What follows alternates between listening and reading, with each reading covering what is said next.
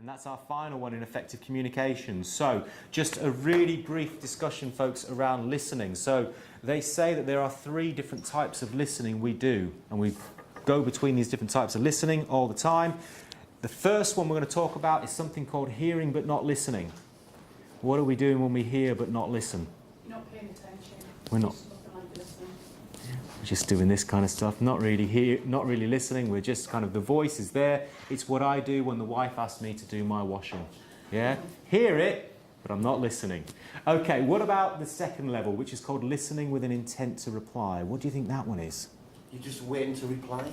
Perfect. Absolutely, yeah. So you're waiting for them to be quiet so you can tell them all about yourself. And when you did that, or you can give your point of view or what you think about this situation. And what's happened is you've stopped listening to what they're saying and you're thinking about what you want to say. So the final level of listening is something called listening to understand, or active listening it's sometimes called. What are we doing when we listen to understand? Sorry, what was that? Concentrating. You are concentrating, absolutely. Yeah, so you are concentrating on them. That's why it's called active listening, because you're really concentrating in on what they're saying and you're trying to understand them. So it goes from you trying to reply to you now, I'm listening because I want to understand you, and it's a very different level of listening, isn't it? Okay.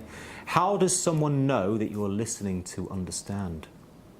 You're giving them time.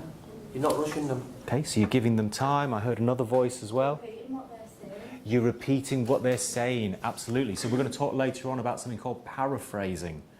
And when we paraphrase, we're repeating back what our customer said, but we're also showing them we've listened, we understand you. We're understanding what you're saying. Okay, so effective communication. How important is this behaviour? Very. In fact, if you look at our principles, by communicating effectively, which one of our principles are we going to fulfill? To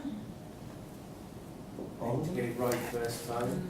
Yeah, Andy, I'd agree with you. Yeah. You can argue you could fulfill every single one of those principles just by communicating effectively. And that's why it's so important, folks. So please think about how we communicate, think about the 3 V's, the questions you use, and how you listen. Shall we move on to our next one?